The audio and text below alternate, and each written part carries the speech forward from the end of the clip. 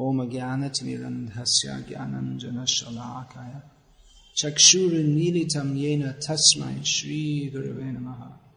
Our topic is how to make advancement in Krishna consciousness. Yesterday we were discussing about hearing about Krishna, particularly hearing classes, and about reading Srila Prabhupada's books. Reading is an extension of the hearing process. Another part of the hearing process is discussing with devotees philosophy. Prabhupada often stressed that he wanted his disciples to discuss the philosophy from different angles of vision. We can try and understand the philosophy very clearly. Now, proper philosophical understanding is the solid basis on which we can make advancement in Krishna consciousness. And if we don't understand the philosophy properly, it'll be very difficult for us we actually can't advance properly.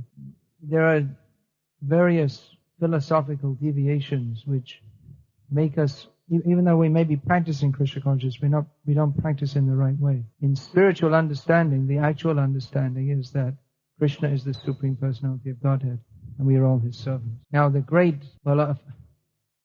directly opposed to this is the idea that Ishvaraham aham bhogi, I am the enjoyer of this material world. This misunderstanding may manifest as gross sense enjoyment. But on the philosophical level, the great enemy of Krishna conscious understanding is Mayavad. To not accept that Krishna actually is the Supreme Personality of God. To maintain envy of Him and to think ourselves equal with Him. Now we may think, well, we're all devotees. We're not Mayavadis. Sorry to say, but we're all influenced by this. Directly or indirectly, this Mayavad philosophy is spread all over the world. Nirvishesha shunyavadi paschatta deshatarine. Prabhupada came to deliver the Western countries which are overrun with impersonalism and voidism. I know one of my godbrothers, he was already initiated about 8 months when he finally realized that when Prabhupada, he told that initiated about 8 months, he finally realized that when Prabhupada was stressing that Krishna is a person, that it wasn't simply allegorical. He really meant it. Now, we should be very careful to perfectly understand Krishna is the Supreme Personality of Godhead and not be deviated by Mayavad. And we shouldn't think that, I'm safe from this. The Mayavad philosophy is so insidious. Do you know what that word means? Insidious? Okay. It means subtly poisonous. That even if a highly advanced devotee sympathetically listens to that and thinks, well, there might be something good here after all, then he will fall down. And sometimes devotees come to Krishna consciousness and they think, well, Prabhupada's books are nice and ISKCON is nice, but there are so many different spiritual organizations and books. We can read them also. Those who have clearly understood the philosophy of Krishna consciousness understand that Prabhupada is presenting the absolute truth. And others, even though they may quote Bhagavad Gita, they may apparently even be devotees. Practically everyone is influenced by all the Indian gurus and Western gurus. They're all influenced by Mayavad. I know I live in India. I've been fighting this nonsense for more than 20 years. Where Hinduism is an expert. From one point of view, Hinduism is an expert way to apparently be absorbed in Shastra and religion and at the same time avoid Krishna. So although, of course, that statement shouldn't be taken out of context. We don't hate Hindus, we don't hate anybody. Culturally, those who are born into Hindu culture, they are in one sense closer to Krishna. But the point is we have to hear from self-realized souls. And almost all of the people purporting to be gurus and swamis and yogis, actually, they don't know what is the absolute truth. And even if they talk about Krishna, it's with the wrong understanding.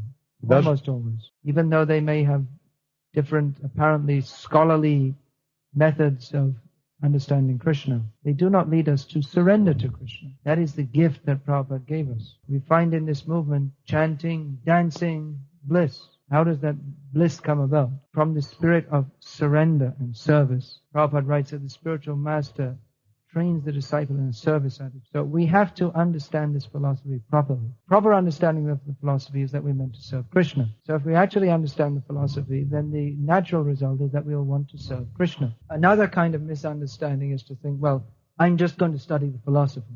Sometimes we've seen devotees who, they're very busy studying. And Prabhu, could you help wash the floor. No, I'm busy studying. Or chanting. I can't do any service now, I'm chanting. So we're chanting, Hare Krishna, dear Krishna, please engage me in your service. And we're studying the books, and the books say we should serve Krishna. So the natural conclusion would be of chanting and hearing is that we want to serve Krishna. So just becoming a so-called scholar or bookworm is not going to help us become Krishna conscious. Do you have this word bookworm in Russian? Yes. It's in Bengali also. Seems there are bookworms in every country of the world. So, falsely scholarly attitude. Try to understand this clearly.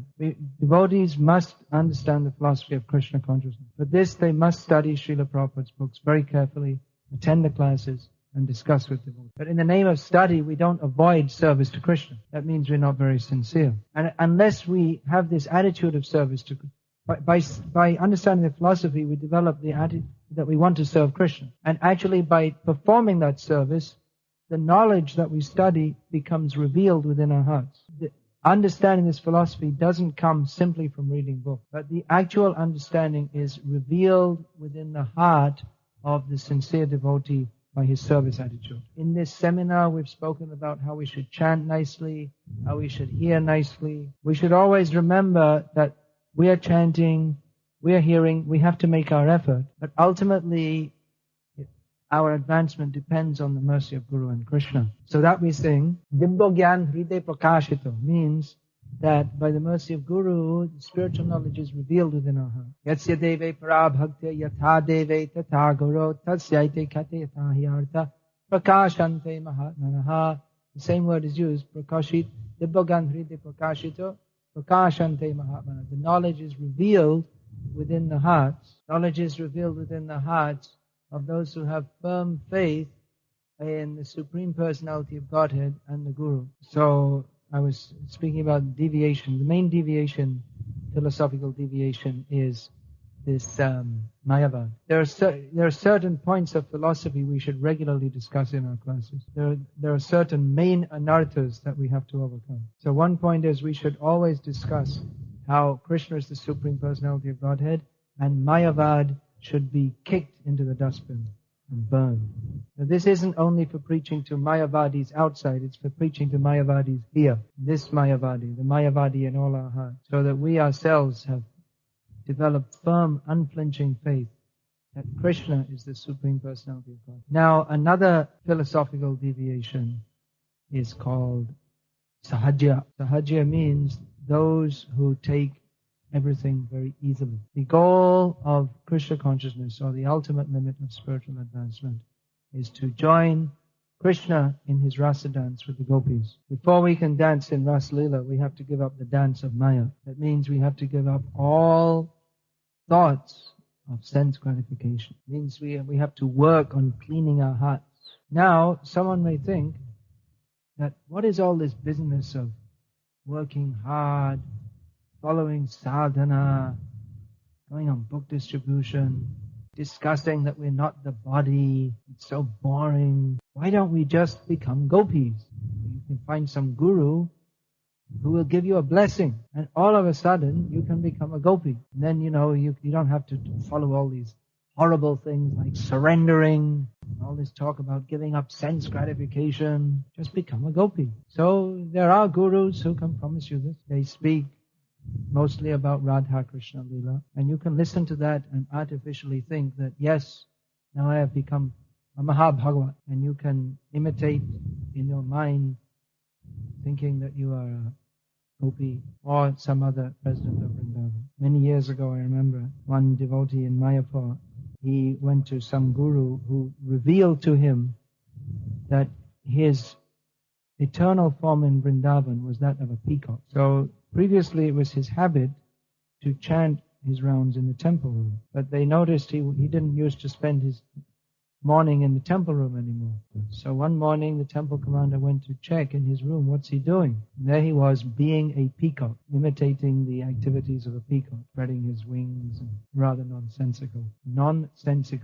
Nonsense. So there are gurus who promise you this, just that I will look you in the eyes, and I will communicate to you the highest realizations. Actually, this is all cheating, because you can't judge.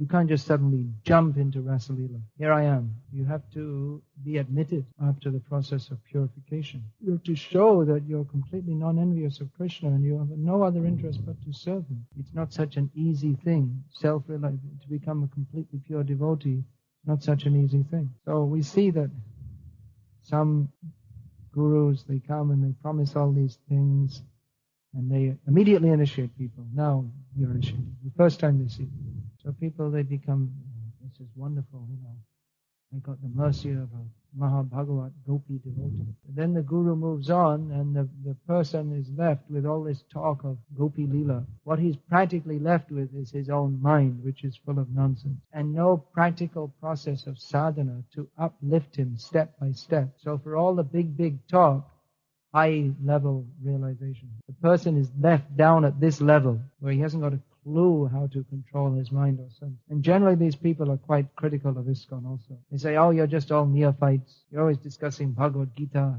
as if Bhagavad Gita was something horrible. You don't discuss Gopi Leela. So it's very easy to say you're neophyte. Well, yes, maybe we are neophytes. We don't mind admitting, but we're trying to become uplifted. But that doesn't mean that you're advanced simply because you talk about these subjects. Srila Prabhupada was the greatest Mahabhagavat. He was empowered by Lord Chaitanya to spread Krishna consciousness all over the world. He taught Krishna consciousness as we need to understand it. So we should understand the philosophy of Krishna consciousness as it is heard in disciplic succession through Srila Prabhupada. There may be many great scholars who think that they have more deep realizations than Prabhupada. They're all nonsense. Prabhupada was empowered by Lord Chaitanya to preach Krishna consciousness. No one else of his generation had the slightest clue how to preach Krishna consciousness all over the world. Not only did they not have a clue how to preach Krishna consciousness all over the world, none of them even slightly thought about it. They weren't even thinking about it. But practically speaking, we see that the devotees in ISKCON are struggling hard to preach Krishna consciousness all over the world. And naturally we have problems in our society. It's not an ordinary thing to declare Maya, war on Maya, and to try to bring thousands and thousands of people into the practice of Krishna consciousness. And yes, there are social problems. We're trying to bring the Vedic culture into an uncultured world. So it's very easy to criticize ISKCON and say ISKCON's useless. But what work ISKCON is doing, for all anyone may criticize, no organization is doing what ISKCON is doing for spreading Krishna consciousness all over the world. No devotees sacrifice as the ISKCON devotees do for the sake of preaching. When we come to Russia here and we see the devotees going through so many austerities to practice and preach Krishna consciousness, Prabhupada must be so much pleased with you. Prabhupada himself went through so many austerities to spread Krishna consciousness. And you have taken up that same move. So don't give that up. Don't be cheated by talks of ephemeral, superficial advancement. This comes from surrender. The attitude of giving ourselves to Krishna. See, the Sahajiya's attempt, it's actually an attempt to enjoy Krishna instead of serving Krishna. You see, instead of thinking how I should become purified and then offer myself in service to Krishna, they are thinking, why should I bother to become purified? Anyway, I'll offer my sloppy, stool-like self to Krishna as I am now. Why should I work hard to purify my heart? Let me enjoy Gopi Leela now. You see the attitude? I will enjoy Gopi Leela. I will enjoy Gopi Leela now. You see the attitude? I will enjoy Gopi Leela. I will enjoy being with Krishna. So it's not actually devotional. It's only pseudo-devotion. But actually, you're locked out. You won't be allowed into that Gopi Leela. So actually, ultimately they fall down because they want to enjoy. And these so-called people on such a high level of realization, they talk 10% Gopi Leela and 90% Vaishnava Aparad. They'll always be criticized. Oh, you saw this happen in ISKCON, that happened in ISKCON. And even the ISKCON devotees do so many wonderful things. It's like recently this temple was opened in Delhi. It was the effort of so much dedicated service by so many devotees. And these people say, oh, it's all external. It's all external. They don't recognize that service. But just like Chaitanya Mahaprabhu recommended, don't mix with Mayavadis. So don't mix with people who, even though they may appear like devotees, they're envious of them. There are another group of people, they are called Ritvik Vadis. Maybe you've heard of them. And they say, well, we have our understanding of the parampara, and we say we have a philosophical difference with the system going on in ISKCON. But practically speaking, we see that anyone who follows that, they don't do any service in Krishna consciousness. And they just become absolutely critical of the devotees, totally cynical. And they don't recognize that any devotees in this movement could even be sincere. So I don't know how much these things have reached Russia, but there are different anti-devotional ideas floating around the world. We should be very careful to protect our devotional service from those who want to destroy it. Be simple, be pure, be chaste. Stick to this process of Krishna consciousness. Don't invent any strange philosophy. Just try to understand it as Srila Prabhupada has taught us and is still being taught in this movement today. And you will be happy and you will make spiritual advancement. Be very careful of those who would like to destroy your spiritual progress because they themselves are envious. So our subject today is proper philosophical understanding. We should be very serious to understand the philosophy of Krishna consciousness as it is. We should try to understand the philosophy of Krishna consciousness as we have heard it from Srila Prabhupada and apply that in our lives without being deviated. Hare Krishna. Is there any question? For devotees who are absorbed in lust, who are still afflicted by lust, anger, greed, all these things, so much discussion of Radha Krishna Lila is not required. What are we going to understand? We can read Krishna book. Of course, in Krishna book there are so many other chapters also. Prabhupada said that the dealings of Krishna with the Pandavas are just as important as the dealing with the gopis. So in our stage of advancement, it is far more appropriate for us to discuss the level that we are on so that we can come up to the next level. That is how to control our mind and senses, understand Krishna as the Supreme Personality of Godhead, and engage in His service. At our level of advancement, it is superficial to go on discussing the pastimes of Radha, Krishna, and the gopis. You see how Srila Prabhupada discussed and taught his disciples. It's just like, you see, children, they just started studying chemistry at school. They just started studying science at school. And they want to discuss relativity theory, general theory of relativity, special relativity. So they might be aware of the terms and that there are such theories.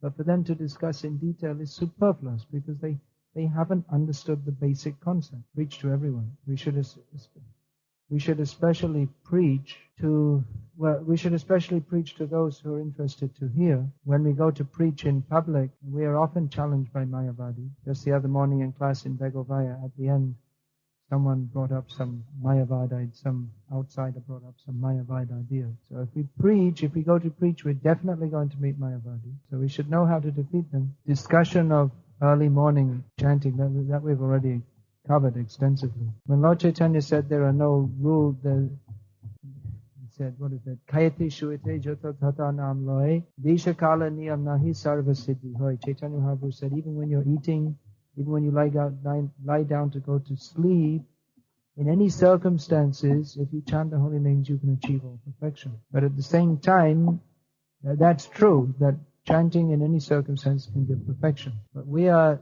not perfect enough to chant in such a way that our chanting is automatically perfect. Our chanting is imperfect, therefore we have to follow rules and regulations to come up to the perfectional level. If you want to quote no rules for chanting, then why follow the 16 rounds rule? That's a rule. No eating meat, that's also a rule. Why don't you eat meat and chant at the same time? These things have to be understood in context. And if you're so damn clever, then why is it that Prabhupada said to chant early in the morning? Have you become more clever than Prabhupada? You rascal, you want to sleep all morning, and therefore you quote high philosophy. In Shastra, it is forbidden to chant like Ramo, Ram, Hore, and Yuja. Which Shastra? You can find. You can find. If you like, I can find it. All right, you find and bring the question. If you're going to quote Shastra, and I ask you, you have to tell the Shastra. So if you can't, we'll leave it at that for now. Shastra says to chant Hare Krishna, Krishna Krishna, Hare Hare. Hare Ram, Ram Ram, Hare Hare. So we should do them. Questions are actually meant for philosophical elucidation. It's not meant for making jokes. Silly questions are also, what's the use? Do you have any serious questions? We should also know how to ask questions. Faith in Guru doesn't appear. It's not that just suddenly, boom, it's like a thunderbolt that hits you. It's something that's developed by association, by hearing and by service.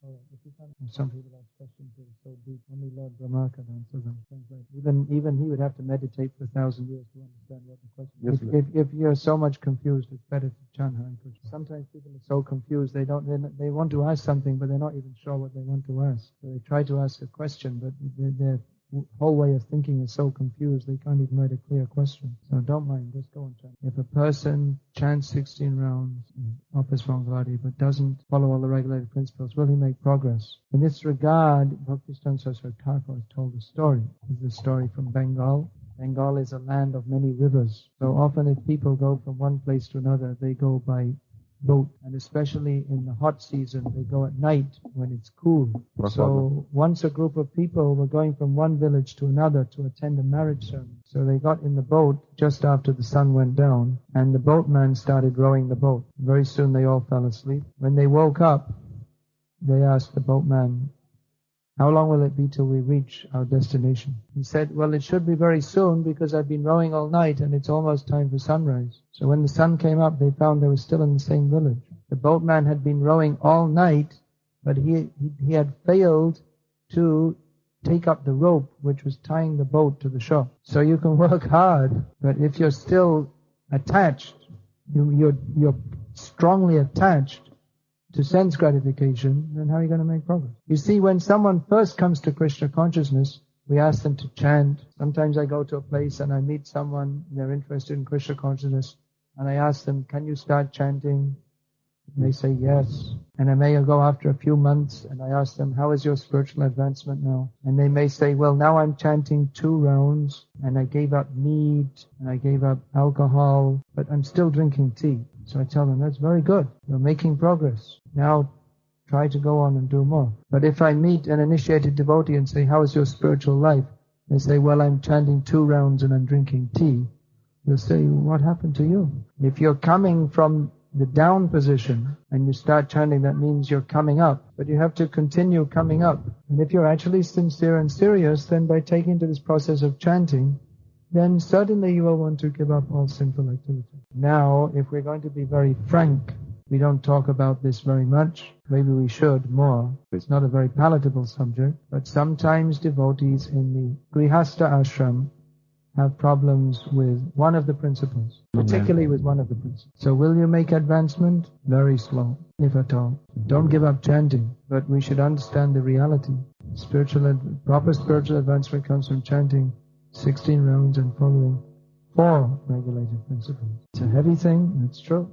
Krishna consciousness is very heavy. Actually, that question, like the householders, householders have more difficulties. Brahmachari ashram is very simple, no real problem. Brahmachari may think he has problems, but he doesn't know what problems are. Grihasthas, they know what problems are. The Brahmachari life is very simple, just chant Hare Krishna and serve Guru and prepare to go back to Godhead. So Brahmachari shouldn't have many problems. If he's always thinking, "Oh, I have so many problems," he's in the wrong ashram. He should go to the ashram of problems. Grihastha ashram is an ashram where you have problems. So you're working through the problems. So in many ways, there are many difficulties for Grihasthas. Their economic and social involvement, it's often difficult to balance that with Krishna consciousness, especially in the modern world. So we're not saying this to condemn the householders. We're very proud of all the householders in Krishna consciousness who are demonstrating to the world a better way of living. But it's the fact that the Grihastha ashram has its own particular problems. So in traditional Varnashram society, the younger Grihasthas are guided by the older Grihasthas in the joint family system. Those of you who read English can read about it in this new book I made, just to show that it's not only Grihasthas that have problems, everyone has problems.